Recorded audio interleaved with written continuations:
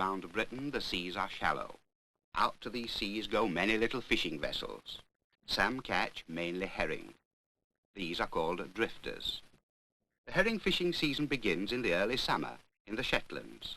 The chief base is Lerwick. As the months pass, the herring fleet moves south until in the autumn most of the fishing is done from Yarmouth and Lowestoft.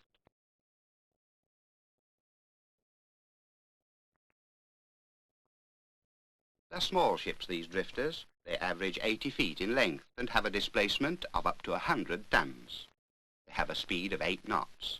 Most are steam-driven, but the modern types have diesel engines.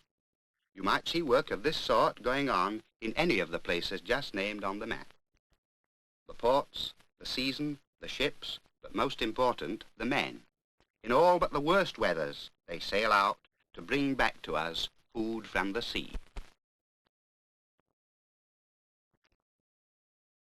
Usually it's in the afternoon that the drifters can be seen slowly making their way out of the harbour. One by one they cast off from the crowded quay.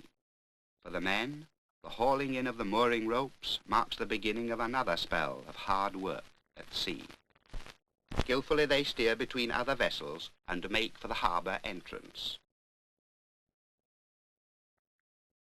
Preparations for fishing begin at once, and each man sets about his job. The mizzen sails are hoisted as the drifters leave harbour. This helps to keep them steady. We're going to join one of these drifters and make the trip. Clear of the harbour, the skipper now sets his course for the fishing grounds. The weather forecast is good. All the same, the ship rolls and pitches. Watch the horizon. The fleet is now dispersing, each ship making its way to its own chosen ground. Most of the crew are kept busy with preparations for shooting the drift nets.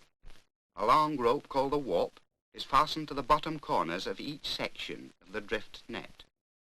This is a series of rollers called the jenny, through which the warp is paid out from the vessel into the sea.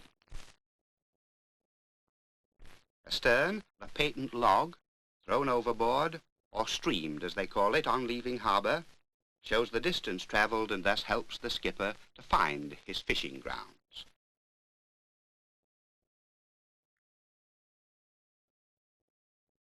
Once on the fishing grounds, the drifter is headed downwind for the shooting of the nets. This work will take several hours. The engine room telegraph is turned to slow. The crew draw the nets out of the net hold over a long roller, which prevents tearing, and cast them overboard into the sea. The nets themselves are very light, with diagonal mesh about 1 inch square. The size of the mesh is large enough to prevent young fish from being caught. They slip through. This is a most important matter for fishing in the future. Corks fastened to the upper edge of each section prevent sagging in the middle. And floats or buffs fastened to ropes mark the ends of each section. The strong, heavy warp rope takes the strain of the whole length and keeps the nets vertical in the water. At present, the corks are floating, but soon the weight of net and rope will draw them under.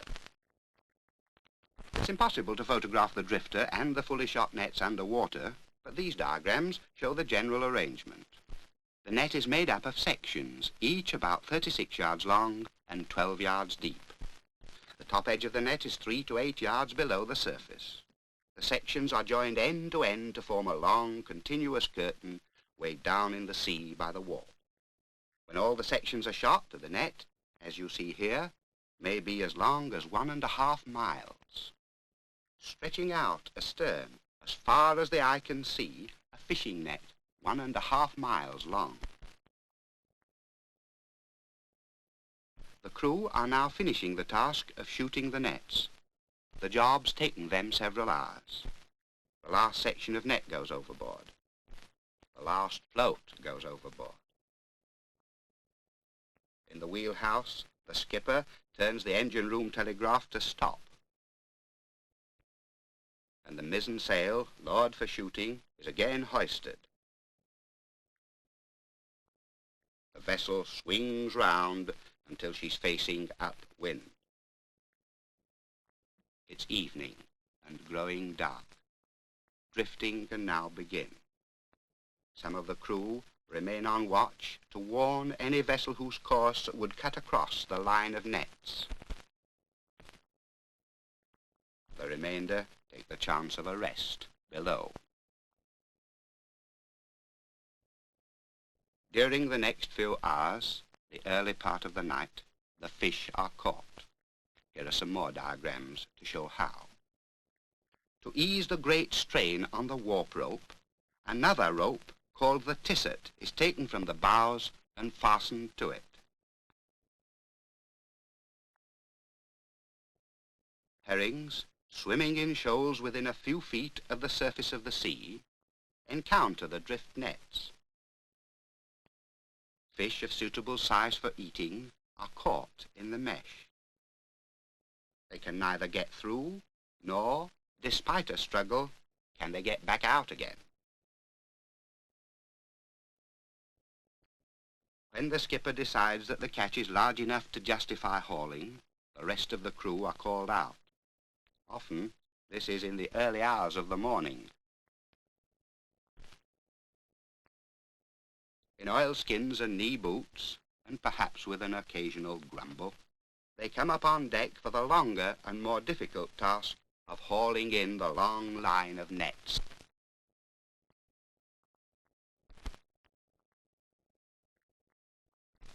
Hauling is longer and more difficult than shooting because the nets, ropes, corks and floats are now wet, and the nets may be heavy with fish which must be shaken free.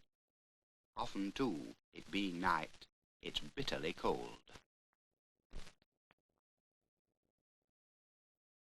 We see the crew at dawn after several hours' work, with a fair catch and with the nets nearly all recovered. The warp is hauled in by means of the power-driven capstan and passes into the rope hole. But the net itself and the floats are dragged aboard by hand. 1.5 miles of cold, wet, heavy net. This time, the long roller is not on the net hold, but on the rail. The fish are shaken out into the fish holds, and the net is returned to the net hold. It will be dried later.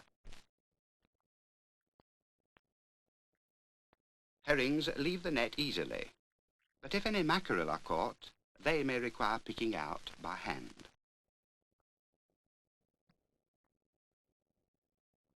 The long and tiring job is just about finished.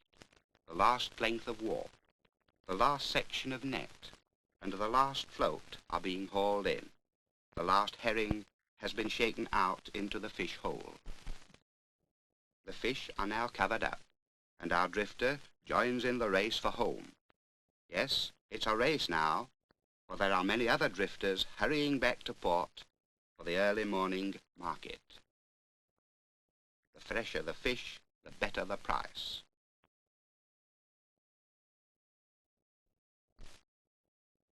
Once in port and safely tied up at the quay, some of the fish, as a sample, are shovelled into a basket which may be swung or hauled ashore by a rope.